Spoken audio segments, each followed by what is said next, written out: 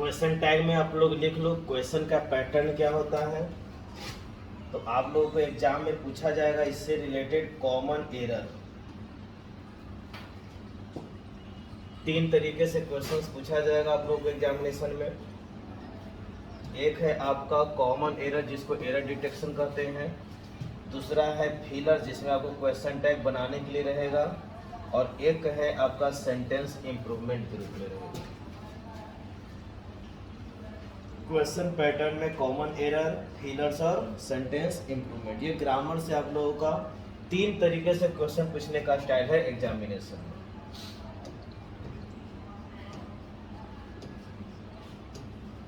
अब सबसे इंपॉर्टेंट यह है कि क्वेश्चन टैग होता क्या है। क्वेश्चन टैग कहते किसको? तो क्वेश्चन टैग जो होता है वो इंट्रोगेटिव सेंटेंस से बिल्कुल अलग पैटर्न पर है। अब क्वेश्चन टैग में क्वेश्चन भी पूछा जाता है, इंट्रोगेटिव सेंटेंस में भी क्वेश्चन पूछा जाता है। तो दोनों में क्या डिफरेंस है, कोई बताओ?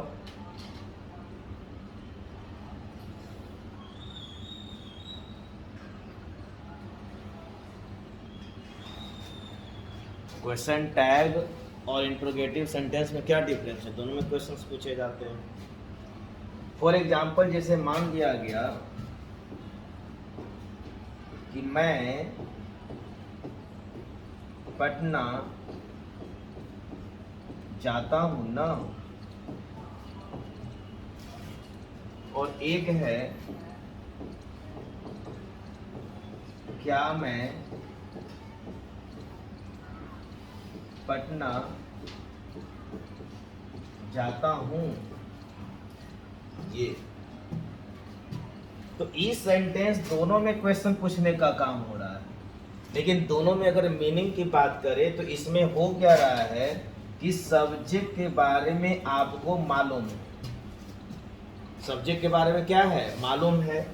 बस इसमें क्या किया जा रहा है कि एक प्रकार का जो कंफर्मेशन हो रहा है। सिर्फ और सिर्फ सेंटेंस में सब्जेक्ट के एक्शन को कंफर्म करने के लिए जो न लगाकर क्वेश्चन पूछा जा रहा है। तो ये जो टर्म देख रहे हो ना, इसी को हम लोग बोलते हैं क्वेश्चन टैग। ये पूरा का पूरा सेंटेंस क्वेश्चन टैग नहीं कहलाएगा।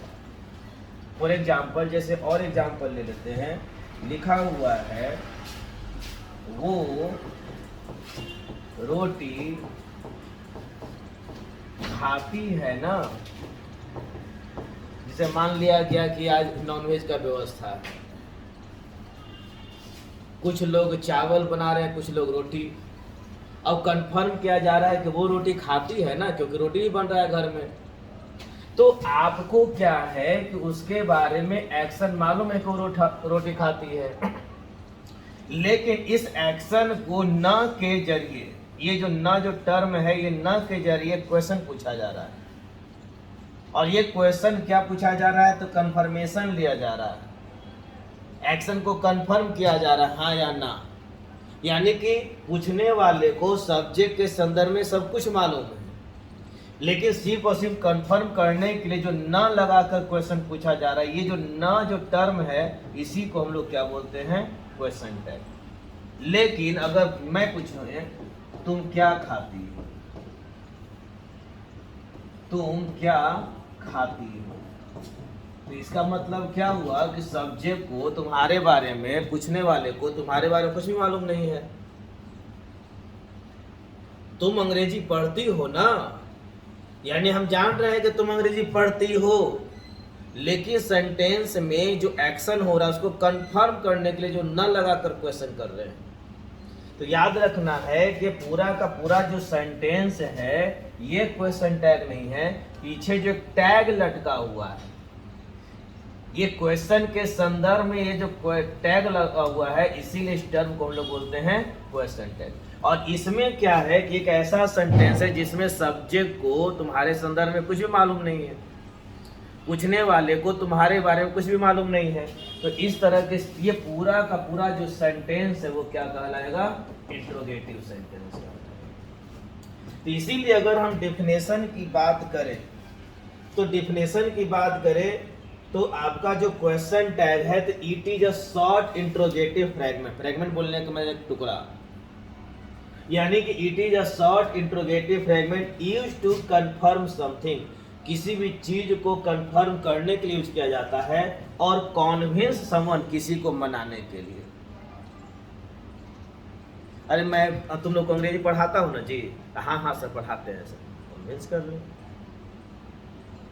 इस तरीके से। तो क्वेश्चन टैग का डेफिनेशन क्या हो गया कि it is a short interrogative fragment used to confirm something और कन्विंस समवन। और यही बताया है कि जो टर्म है पूरा का पूरा सेंटेंस क्वेश्चन टैग नहीं होता है, वो जो पीछे जो टैग लटका हुआ है उसी को दिए it is always used at the end of a sentence. तो सबसे पहले आप लोग क्या करो, डेफिनेशन लिखो। आप लोग सबसे पहले डेफिनेशन लिखिए।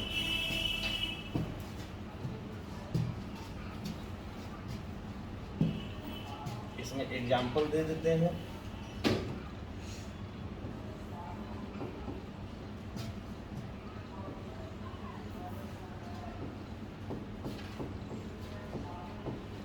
वो पटना जाती है ना, सी गोज टू पटना,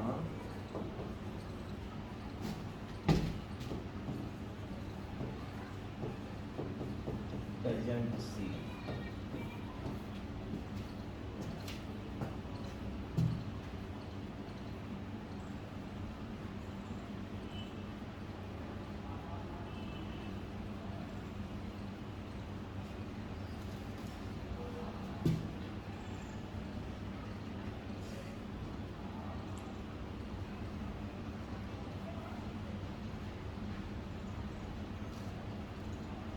ये क्वेश्चन जो है बेसिक लेवल का टॉपिक है आपका, इससे क्वेश्चन लो लेवल के एग्जाम में पूछे जाते हैं। फिलर्स वगैरह में आपको कहीं ना कहीं मिल जाएगा, तो इसका कॉन्सेप्ट होना बहुत जरूरी है। बहुत ही आसान टॉपिक है, बचपन से तुम लोग पढ़ते रहे।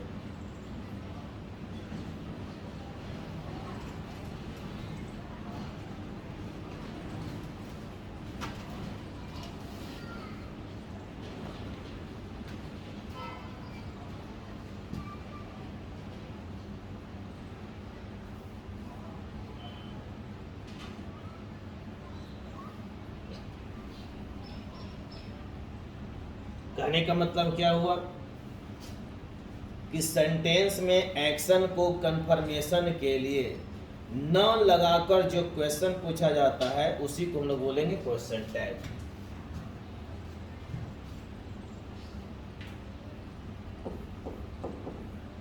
ही इज अ डॉक्टर, वो डॉक्टर है ना, इजंट ही। तो ये आपका जो है वो मेन क्लाउज है।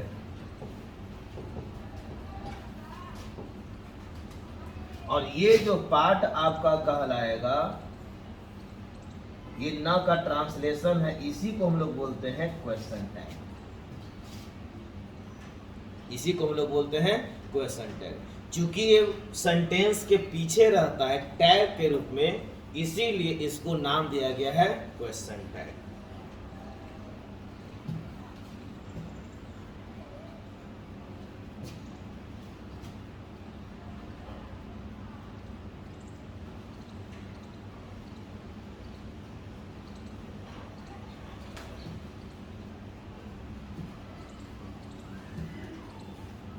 याद रखना है पूरा का पूरा सेंटेंस आपका क्वेश्चन टैग नहीं होता है, इसमें मेन क्लाउज होता है, और जो न जो देख रहे हो इसी का ये आपका ट्रांसलेशन है इजेंट ही के रूप में। और ये जो टर्म है, जो टैग है, इसी को हम लोग बोलते हैं क्वेश्चन टैग। क्लियर है सर? था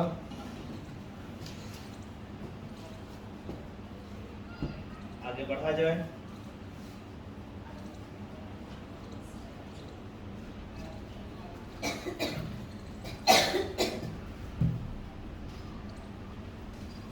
अब दूसरा टर्म है कि सर जब दोनों में क्वेश्चन पूछने की बारी हो रही है तो आखिर इंट्रोगेटिव सेंटेंस और क्वेश्चन टैग में क्या डिफरेंस है। तो दोनों को अभी अभी एक एग्जांपल देकर समझाए थे, फिर से इसको अच्छी तरह से समझ लेंगे। इंट्रोगेटिव सेंटेंस बोलने का मतलब क्या हुआ?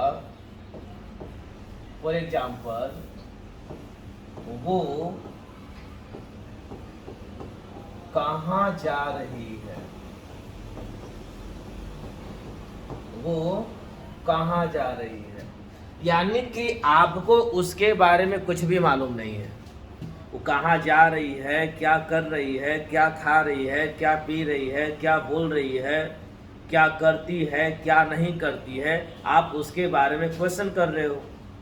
तो ये आ जाओ, तो ये जो सेंटेंस है, यानी कि सेंटेंस में, इस तरह के सेंटेंस में क्या होता है, क्वेश्चन इंट्रोगेटिव सेंटेंस में क्या होता है कि सेंटेंस में सब्जेक्ट के संदर्भ में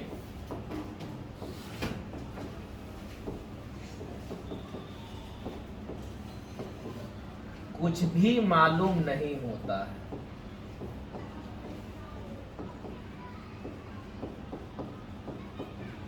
कुछ भी मालूम नहीं होता है। और ये पूरा का पूरा जो सेंटेंस है वो क्या कहलाएगा आपका? Interrogative sentence. ये पूरा का पूरा सेंटेंस क्या कहलाएगा? Interrogative sentence. लेकिन अगर क्वेश्चन टैग की बात करें, वो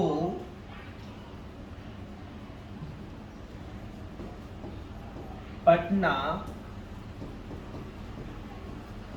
जा रही है ना, यानी कि इस सेंटेंस में तुम्हें उसके बारे में मालूम है कि वो पटना जा रही है, लेकिन अंत में निकलने से पहले कंफर्म कर रहे हैं, अपने आप को कॉन्विंस कर रहे हैं कि वो पटना जा रही है या नहीं जा रही है। अरे तुम आज पटना चल रहे हो ना? तो हाँ सर बिल्कुल चल रहे हो, यानी पहले से मालूम है, सारा चीज तैयारी है। तो इस संदर्भ में क्या है कि इस तरह के सेंटेंस में क्या पता चल रहा है,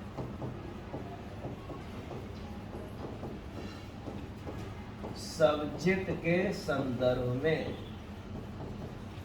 एक्शन के बारे में सब कुछ मालूम होता है। इसमें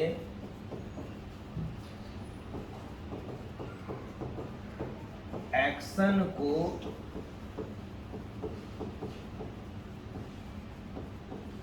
कंफर्म करने के लिए न लगाकर प्रश्न पूछा जाता है।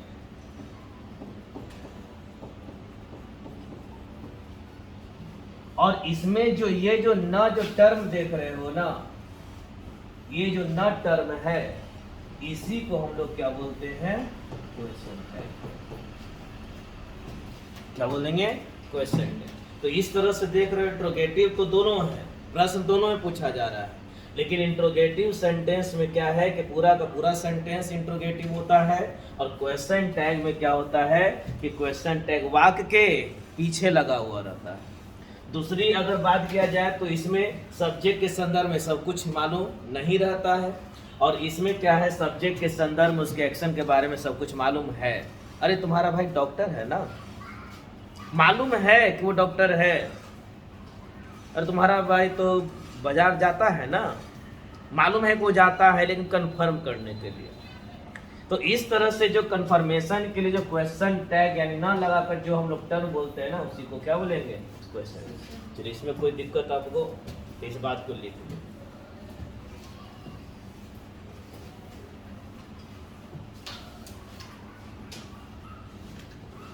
ये हुआ कॉन्सेप्चुअल। अब हम लोग आएंगे छोटी छोटी बातों पर।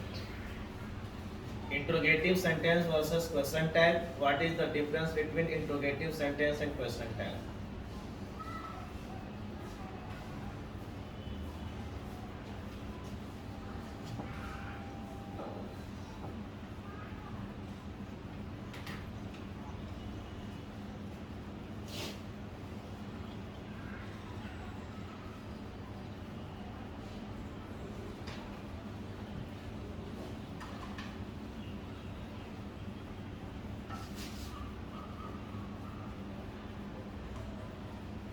MWF वाले क्लास में आप लोग पूरे 6:30 बजे आने का प्रयास कीजिए।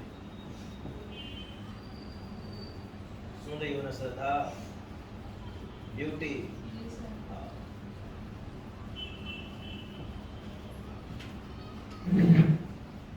बेनिफिट होगा, ज़्यादा समय मिलेगा तो हम लोग कुछ ज़्यादा पढ़ेंगे।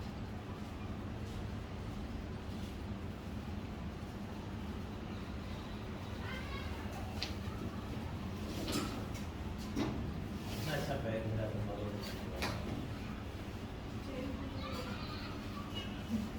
दे देना, सर को लगवा देंगे। जब तक कोचिंग करते रहोगे ना, उस सर्विस देते रहेंगे। तो भी बनवाए ना कहीं से, बोला है कि फ्री होगा नहीं, उसके पास भेजेंगे तो।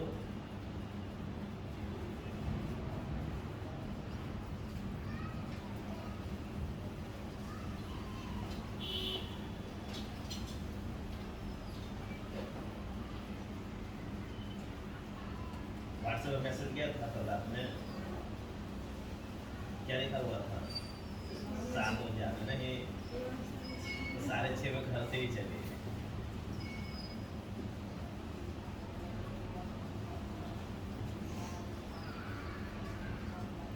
तीन दिन वो जो है ना, वो लिंक से पूछते नहीं, इसीलिए वो आधा या 45 मिनट का क्लास करते हैं। लेकिन मेनली रूप से आपका क्लास जो है वो याद रखना, MWF में 6:30 से 8।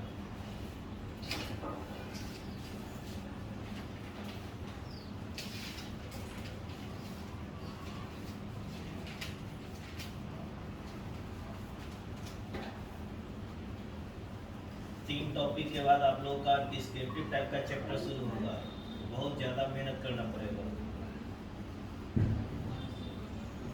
एक पेज छोड़ दो, एक पेज छोड़ दो। क्लियर है ये चीज?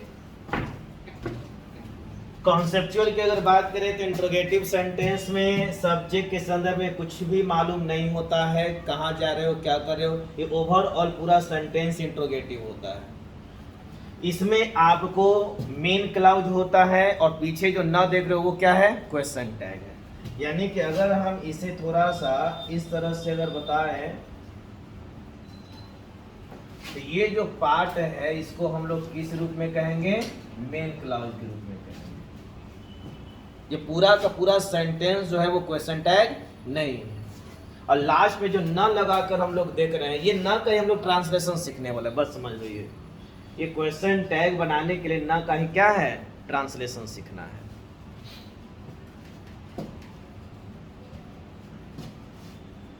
क्लियर है ये चीज?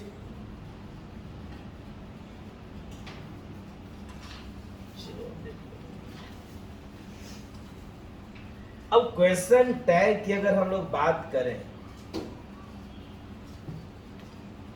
तो क्वेश्चन टैग में आखिर क्या क्या चीजें होती है? तो क्वेश्चन टैग में 3 इंपॉर्टेंट कंपोनेंट्स होते हैं। इट कंप्राइजेज के साथ ऑफ आता है, ये याद रखेंगे, फ्रेजल वर्ब में पढ़ना है। It comprises of 3 components, 3 components होते हैं, 3 बातों पर ध्यान देना है। क्या नाम है उसका? सौम्य, यहाँ ध्यान दो। यानी कि क्वेश्चन टैग में आपको 3 बातों पर ध्यान देना है। एक है आपका क्या? बैलेंसिंग ऑफ सेंटेंस, सेंटेंस को बैलेंस करना। अब कहिए सर ये क्या चीज है? टर्म पर आएंगे। दूसरा आपको क्या ध्यान देना है? एक्जुलरी वर्ब पर ध्यान देना है। और तीसरा कहाँ ध्यान देना है? सब्जेक्ट पर ध्यान देना है। और एक एक करके हम लोग देखते हैं कि ये बैलेंसिंग ऑफ सेंटेंस क्या होता है, एक्जुलरी वर्ब क्या होता है और सब्जेक्ट क्या होता है। ओके, तो सबसे पहले इस बात को लिख लो। क्वेश्चन टैग में 3 बातें हैं। फर्स्ट ऑफ बैलेंस को देखना है, सेकेंड वन एक्जुलरी वर्ब को देखना है, थर्ड वन सब्जेक्ट। और ये तीनों चीज किसको देखना है? क्वेश्चन टैग का एक्जुलरी वर्ब। आपका मेन क्लॉज तो दिया हुआ ही रहेगा।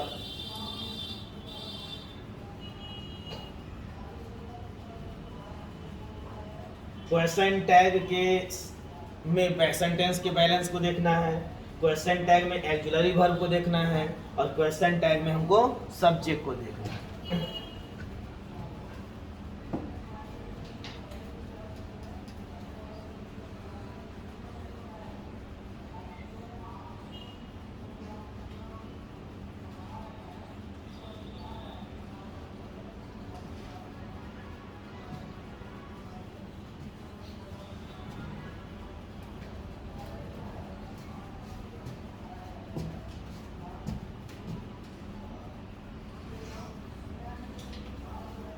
क्लियर है ये चीज? तो क्वेश्चन टैग में क्या क्या आपको देखना है? सबसे पहला चीज बैलेंस, सेंटेंस को बैलेंस करना। सेंटेंस को क्या करना? बैलेंस करना। तो केमिस्ट्री है नहीं कि सेंटेंस में बैलेंस करेंगे रिएक्शन वगैरह। चलो इसमें क्या बैलेंस करना है वो आगे देखेंगे। दूसरा क्या है, आपको क्वेश्चन टैग के एक्सिलरी वर्ब को ध्यान देना है और क्वेश्चन टैग के सब्जेक्ट पर ध्यान देना है। आपका क्वेश्चन टैग तैयार हो जाएगा। अब इस बात को समझ लीजिए। सबसे पहले अगर हम बैलेंस की बात करें तो अभी अभी पता चला कि अगर हमको क्वेश्चन टैग बनाना है तो सेंटेंस होता है, और इस सेंटेंस में क्या है, ये दो भाग में बटा रहेगा। यानी कि आपको दिया हुआ रहेगा मेन क्लॉज दिया हुआ रहेगा, और इसको बनाना क्या है, आपका क्वेश्चन टैग बनाना है। यानी मेन क्लॉज आपका दिया हुआ रहेगा और आपको बनाना क्या है, क्वेश्चन टैग बनाना है। तो बैलेंस की अगर हम बात करें तो सबसे पहले ये ध्यान देना होगा मेन क्लॉज जो है वो सेंटेंस जो है आपका दिया हुआ ये अफर्मेटिव में है या निगेटिव में, अफर्मेटिव में है या निगेटिव में। अगर ये अफर्मेटिव में है तो आपका जो क्वेश्चन टैग वो किस में होना चाहिए, निगेटिव में होना चाहिए। ये बैलेंस है, अफर्मेटिव है तो निगेटिव में। लेकिन अगर ये सेंटेंस निगेटिव में है तो आपका क्वेश्चन टैग किस में होना चाहिए, अफर्मेटिव में होना चाहिए। किस में होना चाहिए, अफर्मेटिव में होना चाहिए। यही आपको बैलेंस सबसे पहला चीज देखना है। यानी अगर मेन क्लॉज अफर्मेटिव में है तो क्वेश्चन टैग किस में, निगेटिव में, और अगर निगेटिव है तो क्वेश्चन टैग किस में होगा, अफर्मेटिव में। और सेंटेंस का पहचान तो इसलिए आप लोग कर लोगे कौन अफर्मेटिव में कौन निगेटिव में है। जैसे लिखा हुआ है ही हैज फ्यू बुक्स, तो गुड़िया बताए कि सेंटेंस अफर्मेटिव में या निगेटिव में। अफर्मेटिव में, कितनी अच्छी बात है। तुम अफर्मेटिव में है तुम, तो आज हो जाएगा गुड़िया ब्यूटी में लड़ाई। एक बोल रही है क्या बोल रही, अफर्मेटिव, ये बोल रही निगेटिव। तुम बोलो क्यों निगेटिव है, ह्यू लगा हुआ है। भूल गए, ह्यू बोलने का मतलब क्या होता है, न के बराबर, है ना। सेमी निगेटिव पार्टिकल्स है ये, और जितने भी सेमी नेगेटिव पार्टिकल्स या रिवर्ट्स होते हैं वो सब नेगेटिव में ही रखा जाता है। फ्यू हो, लिटिल हो, सेल्डम हो, हार्डली हो, रेयरली हो, बियरली हो, स्कार्सली हो, ये सब जो टर्म है वो सब क्या है, नेगेटिव कहलाते हैं। तो पूरा सेंटेंस क्या हो जाएगा, निगेटिव। और जब ये सेंटेंस निगेटिव में तो इसका क्वेश्चन टैग किसमें बनेगा, अफर्मेटिव में। ये बैलेंस पर ध्यान देना है आपको। यानी अफर्मेटिव है तो नेगेटिव में, नेगेटिव है तो अफर्मेटिव में, ये चीज है। दूसरा क्या है आपका, एक्सिलरी वर्ब। तो अगर हम बात करें क्वेश्चन टैग की, तो क्वेश्चन टैग जो है एक फॉर्मूला लेकर आता है, एक स्ट्रक्चर लेकर आता है। क्या कि अगर ये निगेटिव में अगर बना रहे हो, यानी इधर सेंटेंस मेरा अफर्मेटिव में है तो क्वेश्चन टैग किस में बनेगा, निगेटिव में। तो इसका स्ट्रक्चर क्या होगा, axillary verb plus not plus subject. और अगर ये निगेटिव में है तो ये किस में बनेगा, अफर्मेटिव में बनेगा। तब क्या होगा, एक्सिलरी वर्ब। अब चूंकि अफर्मेटिव में बनेगा तो नॉट रखेंगे, नहीं रखेंगे सब्जेक्ट, और उसके बाद ये। यानी यही तो तीन कंपोनेंट्स था। तो सबसे पहला थी हम लोगों ने यहाँ पर बैलेंस कर लिया, और दूसरा क्या है आपका एक्सिलरी वर्ब, और तीसरा क्या है सब्जेक्ट। सर ये एक्सिलरी वर्ब कहाँ से लाएंगे और ये सब्जेक्ट कहाँ से लाएंगे, ये चीज है। बात समझ में आ रहा है? तो चलो इसी पर हम लोग आगे चर्चा करेंगे।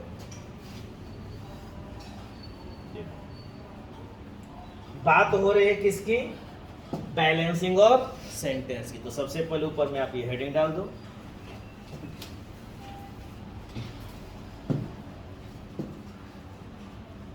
सेंटेंस को बैलेंस करने के लिए ये माइंड में ही आपको करना है। इसके लिए आपको कुछ लिखने की जरूरत नहीं है, जिसमें सेकंड से भी आपको हाफ सेकंड उससे भी कम समय की जरूरत हो। बस सेंटेंस देखते ही पता चल जाना चाहिए अफर्मेटिव है या नेगेटिव है।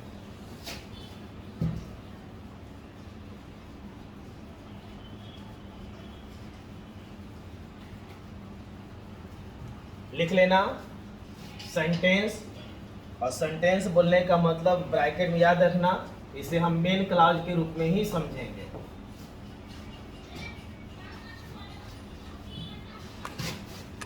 मेन क्लॉज के रूप में ही समझेंगे। और आपका जो क्वेश्चन टैग का जो फॉर्मेट है वो इस तरह से है, अफर्मेटिव है तो नेगेटिव में, नेगेटिव है तो अफर्मेटिव में। जैसे एग्जाम्पल दिया हुआ है, रानी इज नॉट अ डॉक्टर। अब इसका क्वेश्चन टैग किस में बनेगा? ये अफर्मेटिव में बनेगा। लिखा हुआ है शी हैज लिटिल मिल्क। बताओ इसका क्वेश्चन टैग किस में बनेगा? नेगेटिव में बनेगा।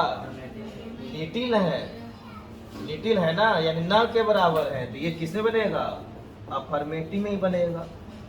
लिखा हुआ है यू प्ले क्रिकेट।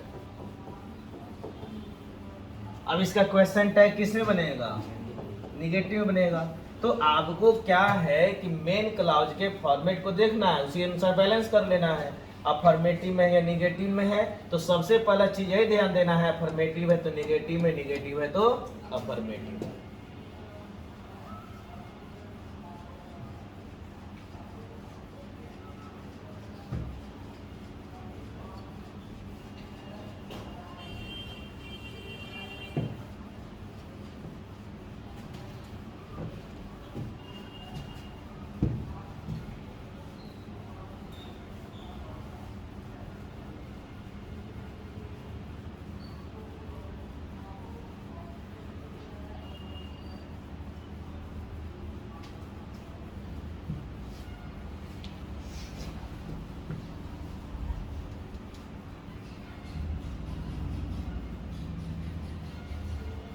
इसमें कोनो दिक्कत? श्रद्धा, सौम्या, सुरभि?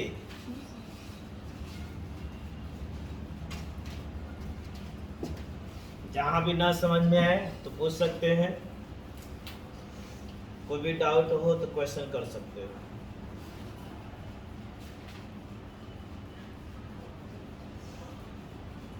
क्लियर है ना ये चीज?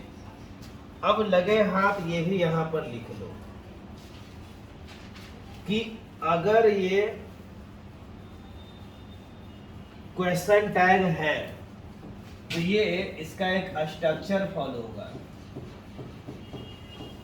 और ये स्ट्रक्चर अगर निगेटिव है तो निगेटिव का structure axillary verb plus not, और उसके बाद क्या रहेगा? सब्जेक्ट, प्रश्नवाचक चिन्ह। और अगर मेरा क्वेश्चन टैग का अफर्मेटिव है, स्ट्रक्चर इसका क्या होगा? Axillary verb plus subject. बस इतना आप लिख लीजिए, साइड में भी नीचे भी लिख सकते हो, कोई दिक्कत नहीं। निगेटिव का स्ट्रक्चर और अफर्मेटिव का स्ट्रक्चर।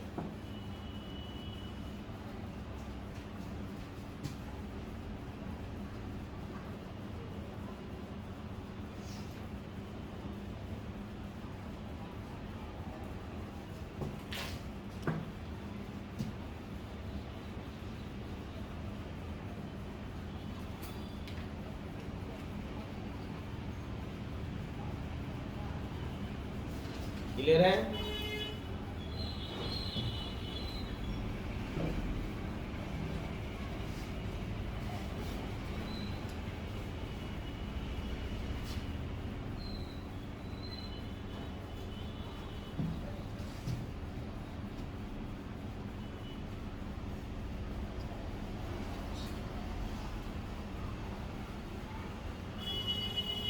अब आते हैं सब्जेक्ट पर।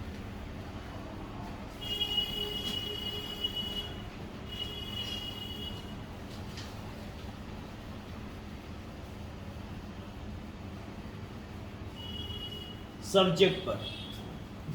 तो आपको हर सारा का सारा जो सब्जेक्ट का जितना पॉइंट है मैंने एक जगह कर दिया है। स्टेटमेंट लिखने की जरूरत नहीं है, नहीं तो इससे आपको सिर्फ उसी पेज भरेगा। ये सारा का सारा चीज समझा देते हैं। अब देखिए क्या है,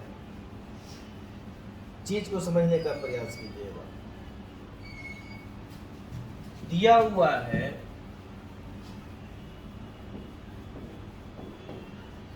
रानी इज अ डॉक्टर, और इसको हमको बनाना है क्वेश्चन टैग।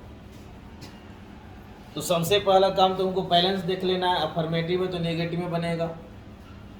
उसके बाद क्या है, एक्सिलरी वर्ब प्लस नॉट। अगर नॉट नहीं रहेगा तो नॉट नहीं लिखेंगे। और उसके बाद सब्जेक्ट। तो आपको ये जो क्वेश्चन टैग का जो सब्जेक्ट होता है ना, वो मेन क्लाउज के सब्जेक्ट के अनुसार चलते हैं।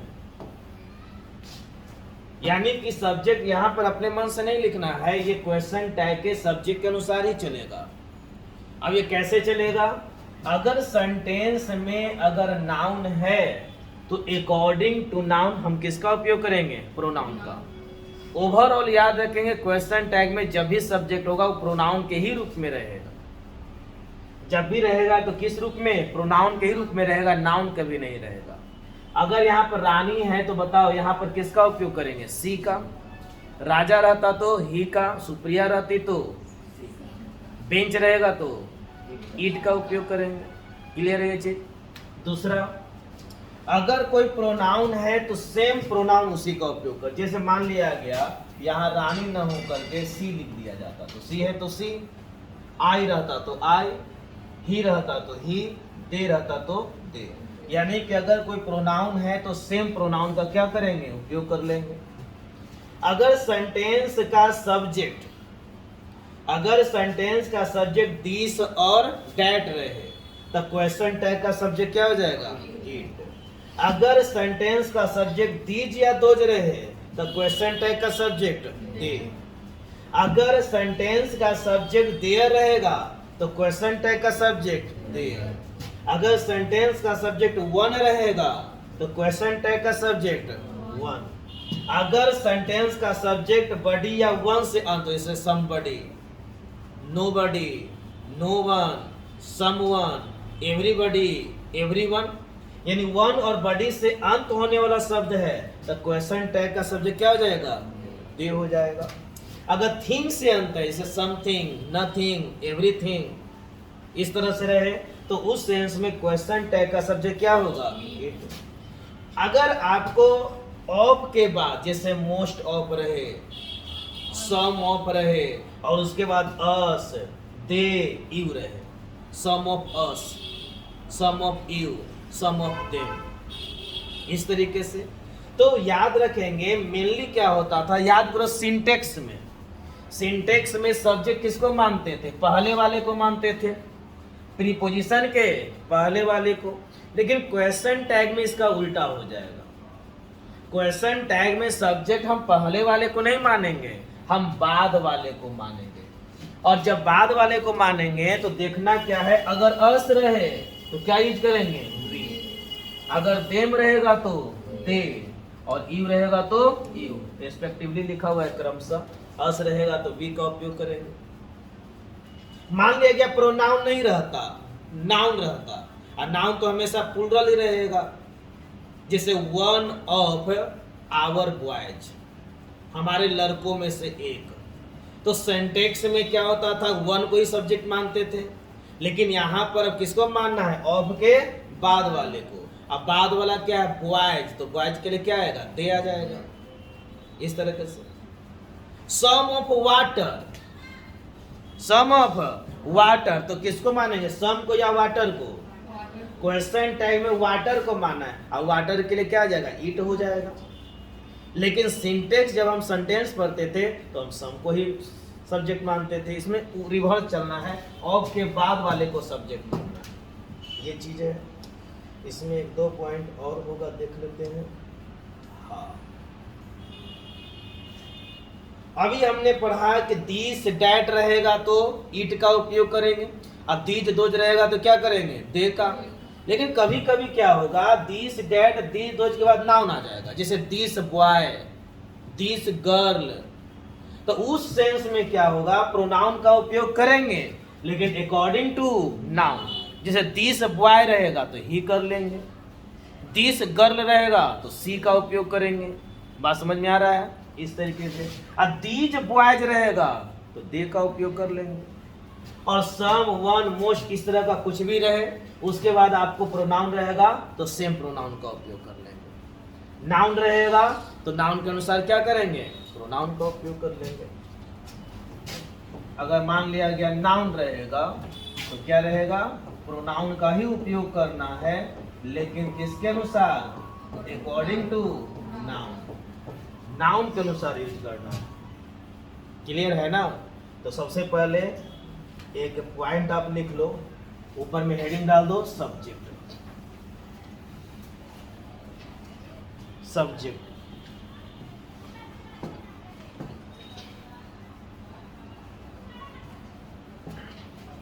लिखो। पहला पॉइंट, क्वेश्चन टैग का सब्जेक्ट, क्वेश्चन टैग का सब्जेक्ट कॉमा, क्वेश्चन टैग का सब्जेक्ट कॉमा मेन क्लाउज के सब्जेक्ट के अनुसार होता है। मेन क्लाउज के सब्जेक्ट के अनुसार होता है। मेन क्लाउज के सब्जेक्ट के अनुसार होता है। क्लियर है? यानी कि हम सब्जेक्ट कहां से लाएंगे, अपने मन से नहीं लिखेंगे। कहां से लाना है, सेंटेंस का जो सब्जेक्ट है उसी के अनुसार फॉलो करेंगे। दूसरा पॉइंट क्या होगा, एक और पॉइंट लिख लो, क्वेश्चन टैग का सब्जेक्ट हमेशा प्रोनाउन होगा। क्वेश्चन टैग का सब्जेक्ट हमेशा प्रोनाउन होगा। क्वेश्चन टैग का सब्जेक्ट हमेशा प्रोनाउन होगा।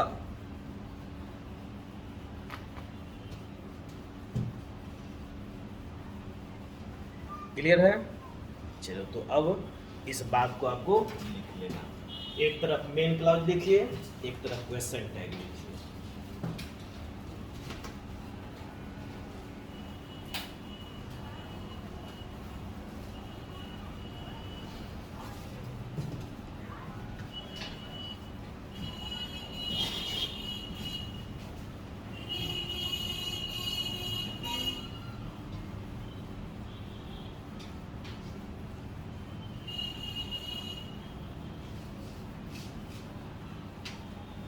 जिस किसी बंदे का 18 साल हो गया है, जिसका जनरल अवेयरनेस थोड़ा अच्छा है, आईबी का एक बेहतरीन जॉब है जी, इंटेलिजेंस ब्यूरो का नोटिफिकेशन आया है, 600 लगभग वैकेंसी है और आप उसको सबमिट कर सकते हैं। 18 से 25 साल और 18 से 27 साल ओबीसी में आते हैं, 3 साल का छूट। एससी एसटी में आते हैं तो आपका 5 साल का छूट।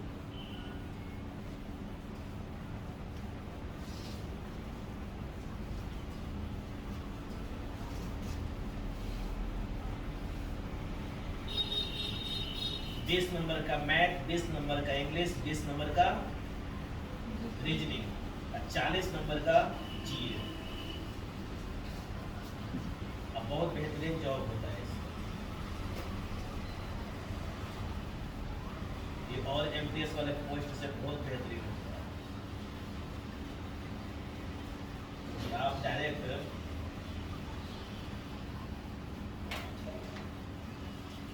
बहुत ही अच्छे जगह इंटेलिजेंस ब्यूरो आईबी के ऑफिस में जॉब करोगे।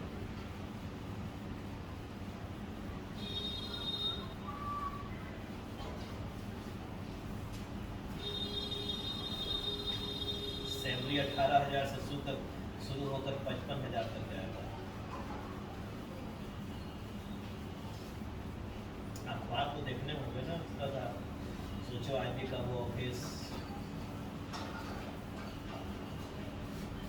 जहाँ तो बड़े बड़े साहेब आते हैं,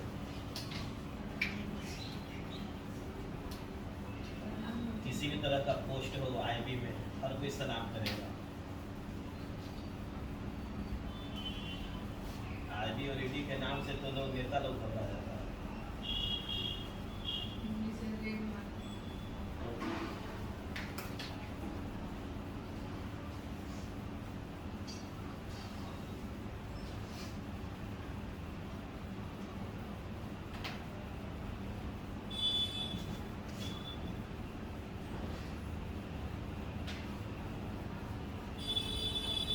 नेक्स्ट ईयर से तो आप लोगों का जो सीईटी करने वाला है उसके लिए अंग्रेजी और इम्पोर्टेंट हो जाएगी।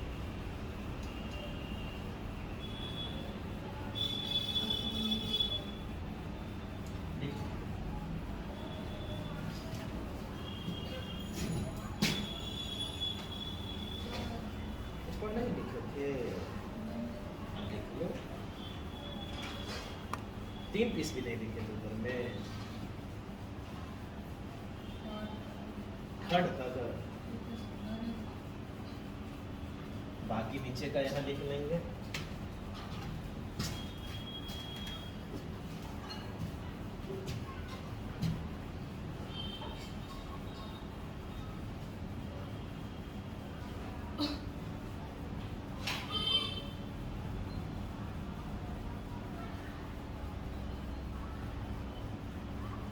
जॉब हो जाएगा तो तुम लोग कुछ फरमाइश भी कर सकती हो।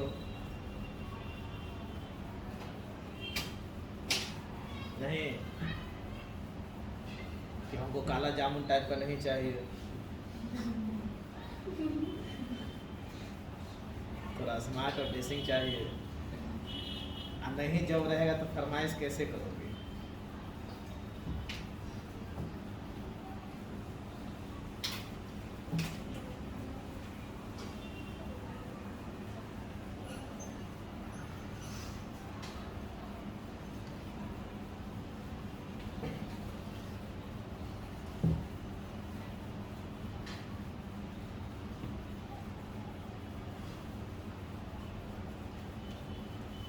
एक पॉइंट और यहाँ पर आ जाएगा, प्रोनाउन है तो हो सकता है कि नाउन भी हो, और जब नाउन रहेगा तो आपको प्रोनाउन का उपयोग करना है अकॉर्डिंग टू नाउन।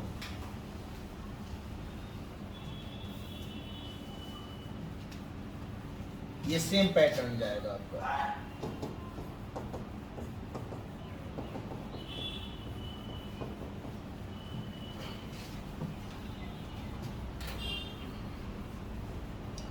पूरा रट्टा नहीं मारना, 1 से 2 बार अगर थोड़ा सा ध्यान से पढ़ोगे ना तो याद हो जाएगा। अब ऐसा नहीं कि सर पूरा इतना याद करना पड़ेगा, ये आपको क्वेश्चन बनाते बनाते ही क्लियर हो जाएगा।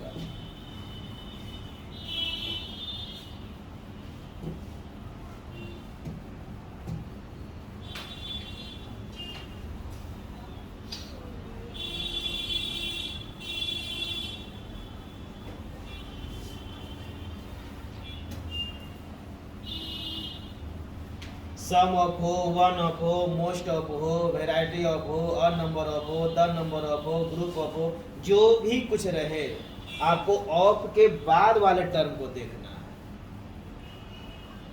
लेकिन मेन सेंटेंस में हम लोग क्या देखते थे? पहले वाले को सब्जेक्ट मानते थे। क्लियर है यहाँ तक?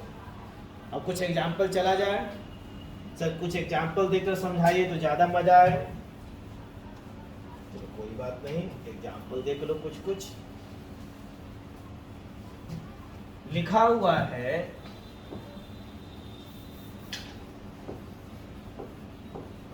रानी हैड गॉन देयर। अब इसको क्वेश्चन टैग बनाना है, तो सबसे पहला चीज बैलेंस कर लेना है। ये है क्या? अफर्मेटिव में तो बनेगा, निगेटिव में। और निगेटिव में हैज प्लस नॉट है तो क्या लिखेंगे? हैजंट। अब यहाँ रानी है तो क्या लिखेंगे? क्लियर है? अगर लिखा हुआ है दिस इज अ पेन,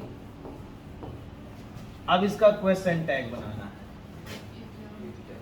तो इज का क्या हो जाएगा, इजंट हो जाएगा, और दिस है तो इसका क्या होगा, इट होगा। डैट भी रहेगा तो इट ही रहेगा। There is a pen in my bag, अब इसका क्वेश्चन टैग क्या बनेगा, एजेंट है और देयर है तो देयर करना पड़ेगा। अगर लिखेंगे no one has come here, इसका क्वेश्चन टैग क्या बनेगा,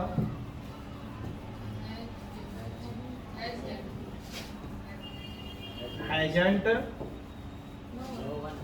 वन है ना, वन से अंत है, तो क्या करेंगे, दे।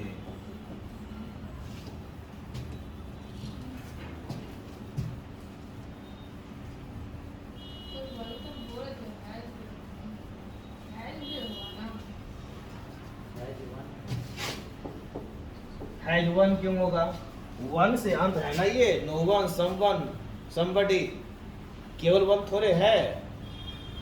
देखो एक पॉइंट नहीं लिखा है, वन और बडी से अंत होने वाला शब्द। हाँ तो हैज क्या करेंगे, दे कर लेंगे।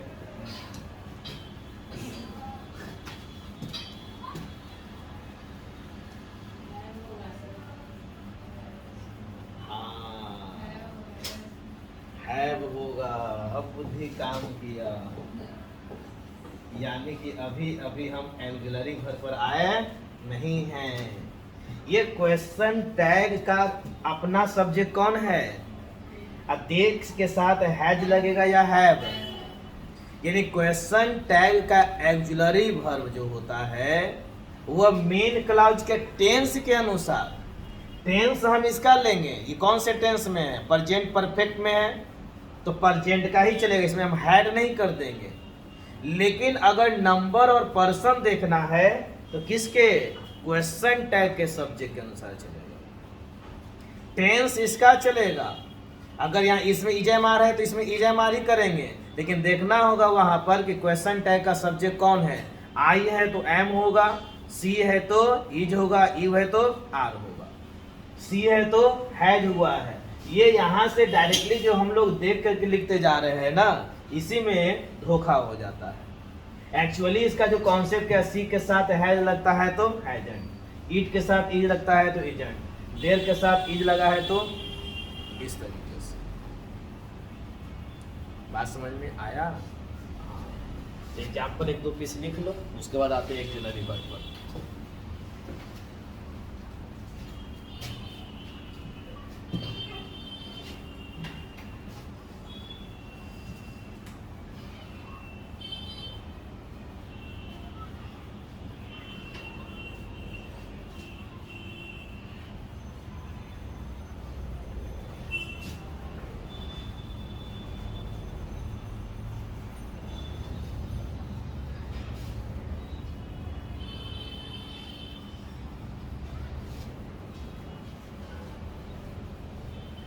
मैथ लगभग तो 50% हो गया होगा।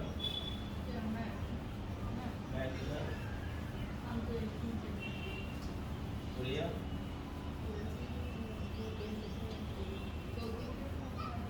नहीं चैप्टर है कोई है, तुम जी श्रद्धा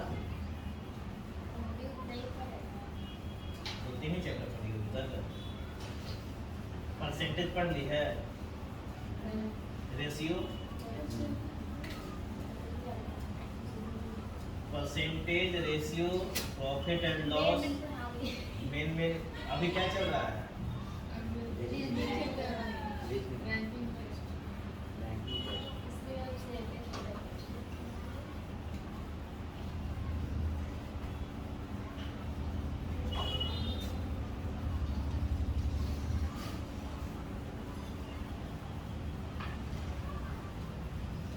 फाउंडेशन अच्छा से करने के बाद याद रखिएगा अगर जॉब है तो मॉक टेस्ट लगाना बहुत जरूरी है। क्या टेस्ट है? तो हाँ मैं नहीं तो हम पूरा ओवरऑल करवा देंगे 25 क्वेश्चन का। क्या दिक्कत है ना जी? एक एक सेट लेकर चलेंगे। टाइपिंग है मेरा, प्रिंट कर देंगे। 25 क्वेश्चन बनाने में 25 मिनट समय दिया जाएगा, बाकी हम फिर कर देंगे, समझा देंगे। प्रीवियस ईयर के सारे चीज हम जितना भी लेकर चल रहे हैं सब सारे प्रीवियस ईयर आपका बुकलेट में दिया हुआ है। ओवरऑल सब प्रीवियस ईयर का वोकैबुलरी जो हम दिए हैं अलग से पतला वाला किताब उसमें साइन में तो सब प्रीवियस ईयर का है, सब पूछा हुआ है। इडियम्स फ्रेज जो आपको हम दिए हैं वो भी आपका सब प्रीवियस ईयर का है, तो सब लेकर ही चलते हैं। यानी कि जब तुम बनाओगे तो देखिए क्वेश्चन ऐसा रहेगा हाँ पढ़ा कॉन्फिडेंस आएगा। नेक्स्ट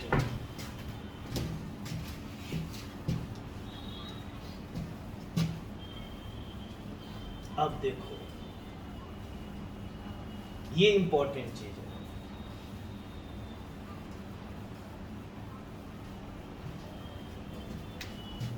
लिखा हुआ है the contracted form of not is used in the question tag.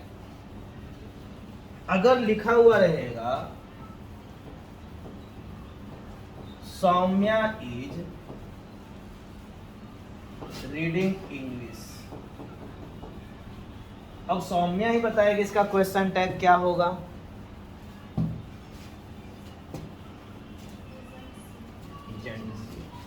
लेकिन हम लिख रहे हैं, हमारा इच्छा कर रहा है हम इज नॉट सी लिखें।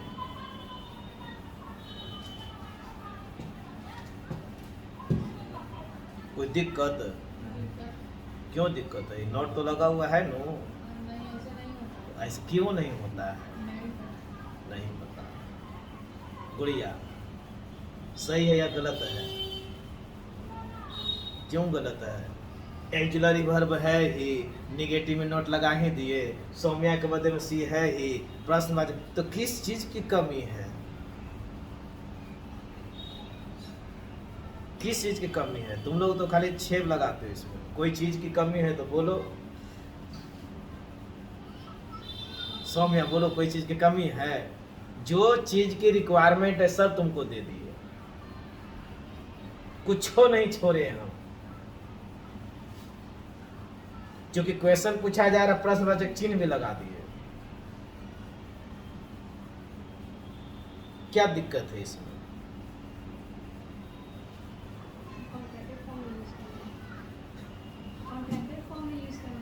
कॉन्ट्रैक्टेड फॉर्म यूज करना है तो क्वेश्चन यही है, हम क्यों करें? हम नहीं करेंगे, जाइए। अमर मान लिया गया, लिखा हुआ है Saumya does not go there, या हम ये लिखें सौम्या डजंट गो देयर।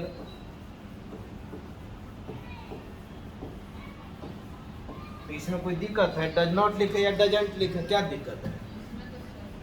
अब इसमें सही है, वहां गड़बड़ है। क्यों क्यों गड़बड़ है ऐसा?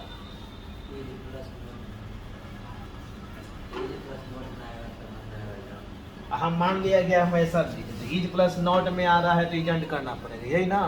चलो कोई बात नहीं, हम लिख दे सौम्या इज नॉट लेजी, तो ये गलत है? सही है। लेकिन अगर हम लिखें इजेंट लेजी तो तुमको कोई दुख तकलीफ है? सौम्या लेजी नहीं है तो क्या दिक्कत है? इजेंट लिखें या इज नॉट लिखें? इसका चर्चा हम सेंटेंस जब पढ़ाए थे आदि मानव काल में,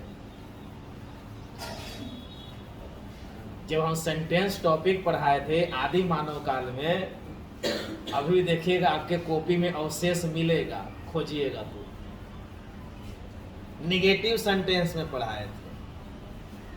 तो निगेटिव सेंटेंस में ये आखिर ये याद करो, हम लोग भी बचपन में इसी तरह के हैं। जैसे क्वेश्चन टैग होता था ना, मास्टर साहब सबसे पहले यही याद करवाते थे, is plus not isn't, do plus not don't, am plus not aren't, has plus not hasn't, है कि नहीं? और जैसे हैज नॉट लिख दे तो गड़बड़ हो जाता था। तो आखिर इसका कॉन्सेप्ट पीछे का क्या है? तो ये काम होता है कि जब कभी भी नॉट का उपयोग, ये निगेटिव का एक कॉन्सेप्ट निगेटिव सेंटेंस में ही पढ़ाए थे, ये फिक्स क्वेश्चन टैग का नहीं है। ये जहां भी ऐसा रूल हो, जहां भी ऐसा कंडीशन आएगा और ऐसा करना ही पड़ेगा। जब कभी भी नॉट का उपयोग अगर आप सब्जेक्ट के पहले करो, नॉट का उपयोग सब्जेक्ट के बाद है, नॉट का उपयोग सब्जेक्ट के बाद है कि नहीं है? इस कंडीशन में देख रहे हो कि नॉट का उपयोग कहाँ है? सब्जेक्ट के पहले है। तो जब कभी भी नॉट का उपयोग सब्जेक्ट के पहले होता है, तो ये जो नॉट है वो ऑक्सिलरी वर्ब के साथ अलग अलग नहीं, सेपरेट नहीं, दोनों गठबंधन कर लेता है। भाई हम घर से बाहर आ गए हैं तो हमको पकड़ के चलो। तो ऑक्सिलरी वर्ब प्लस नॉट का क्या है? कॉन्ट्रैक्टेड फॉर्म का यूज करते हैं। और नॉट का कॉन्ट्रैक्टेड फॉर्म क्या होता है? ये अगर हम इसको इस तरह से लिखें, क्या सौम्या पटना नहीं जाती है? देखो, does Saumya not go to Patna? लेकिन एक नियम यह, नॉट का उपयोग पहले भी कर सकते हैं। तो आप क्या लिखते थे? याद करो, डजंट का उपयोग करते थे। Doesn't Saumya go to Patna. अगर आपने यहां पर अलग अलग लिख दिया, does not Saumya go to Patna, तो ये गलत माना है। यहाँ तो क्वेश्चन टैग नहीं है, यहाँ तो क्वेश्चन टैग नहीं है, ये तो general sentence interrogative negative. Condition यह है कि हम ये कॉन्ट्रैक्टेड फॉर्म यूज करते हैं नॉट का, ये वाला फॉर्म, इसी को बोलते हैं कॉन्ट्रैक्टेड फॉर्म। ये ऑक्सिलरी वर्ब के साथ आ जाता है। तो आखिर क्यों करते हैं? रूल यह है कि जब कभी भी नॉट का उपयोग किसके पहले करें? सब्जेक्ट के पहले करेंगे तो ये ऑक्सिलरी वर्ब के साथ कॉन्ट्रैक्टेड फॉर्म में आता है। ये डज नॉट गलत है, सही क्या होगा?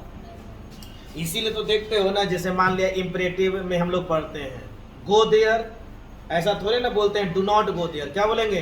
Don't go there, don't come here, don't touch me. इस तरीके से डू नॉट का उपयोग नहीं करते थे। क्लियर है? तो सबसे पहले ये वाला फॉर्म लिखो, सॉरी ये वाला रूल है, उसके बाद हम एक पॉइंट लिखवा रहे हैं। ऊपर वाला पॉइंट लिख लो, the contracted form of not is used in the question tag.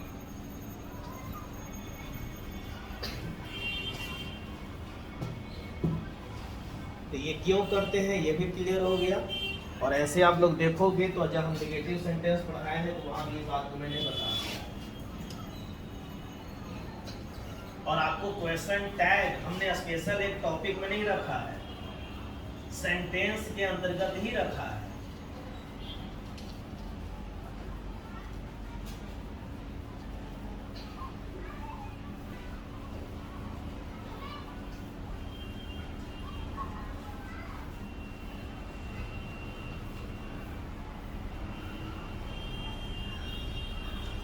देखो पॉइंट में, जब कभी नॉट का उपयोग सब्जेक्ट के पहले हो,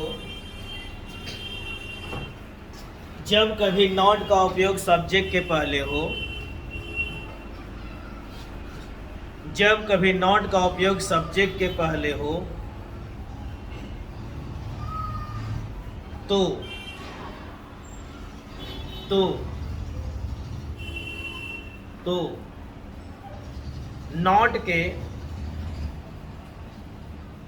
नॉट के कॉन्ट्रैक्टेड फॉर्म का उपयोग किया जाता है।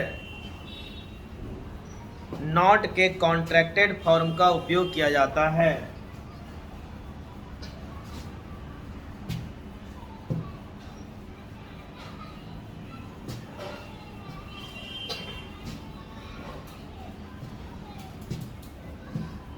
ये दोनों एग्जाम्पल पढ़ लिखेंगे। Does Saumya not go to Patna, ये सेंटेंस सही कर लेना। Doesn't Saumya go to Patna, ये भी सेंटेंस सही। और does not Saumya go to Patna, ये सेंटेंस क्या हो जाएगा? तो इससे पता चल जाएगा कि बात सिर्फ क्वेश्चन टैग की नहीं होगी, ये एक अलग कॉन्सेप्ट ही है, ये हर जगह फॉलो होगा।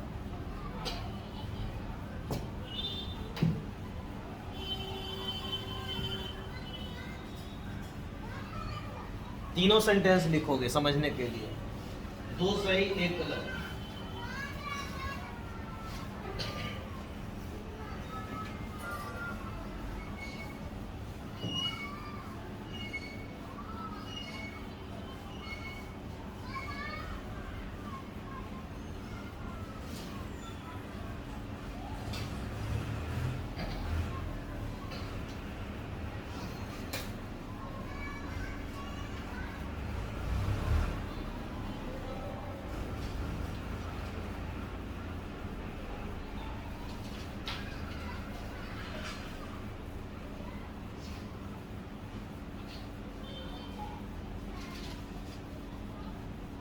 अब ऊपर वाला एग्जांपल क्वेश्चन टैग वाला, Saumya is reading is not she, तो गलत हो जाएगा।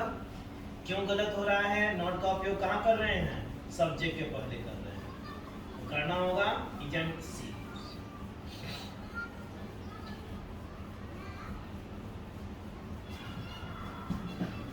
इस सेंटेंस को आप लोग सही कर लो क्योंकि ये सेंटेंस गलत है।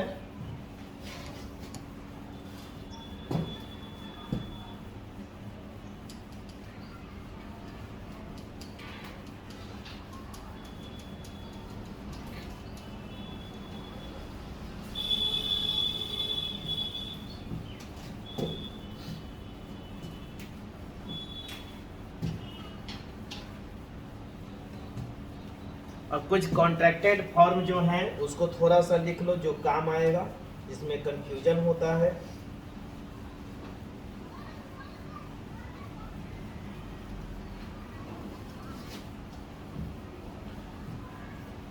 एम वाला लिख लो, विल, शैल, बाकी हर जगह वही फॉलो होगा।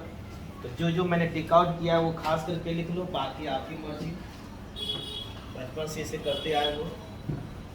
एम प्लस नॉट को एरेंट लिखते हैं।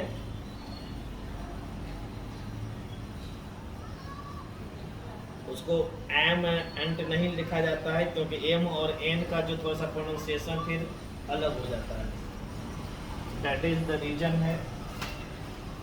नेक्स्ट वन है विल प्लस नॉट को वांट करेंगे, सेल प्लस नॉट को सैंड करेंगे, कैन प्लस नॉट को कांट करते हैं जिसमें सिंगल एन होता है, डबल एन नहीं। इज प्लस नॉट को इजेंट भी करते हैं और डिडंट भी कर सकते हैं।